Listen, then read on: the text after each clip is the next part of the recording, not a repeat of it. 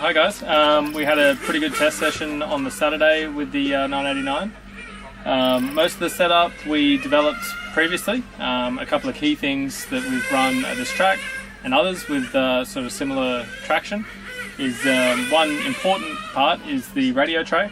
Running the 2.5mm optional upper deck.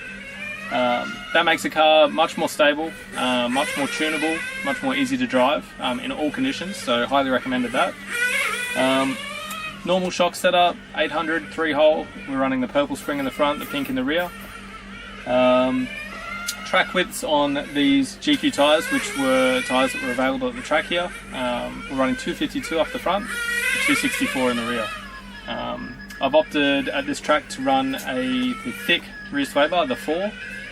This gives the car much more turn into the corner, a lot of bite, but you can opt for the number 3 bar to get rid of that a little bit if you want some less reactive steering. We're also running a different clutch spring in this car for the high bite. I choose to run the Capricorn spring, which is a 2mm spring. It's a lot heavier than our normal standard spring that comes with the car, and obviously the aluminium bell also.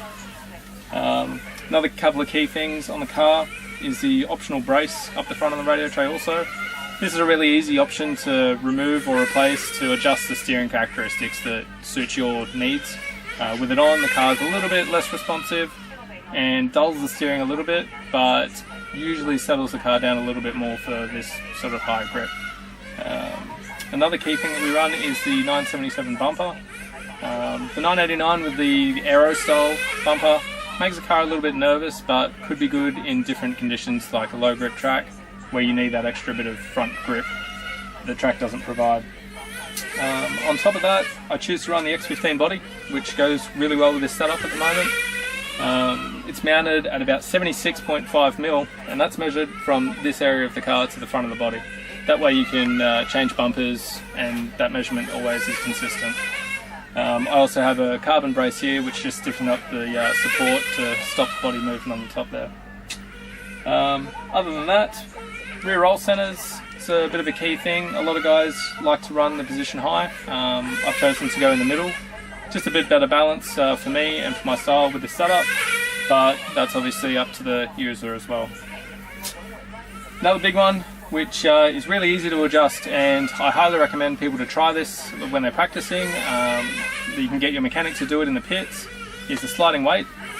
Make sure you take advantage of this tuning option. Basically, the further forward you move this weight, the less steering you're going to have, but the car will feel a lot smoother.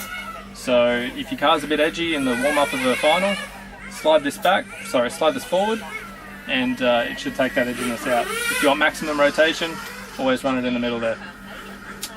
So yeah, that's our 989 at the TRC track. It was really successful with a lap record broken.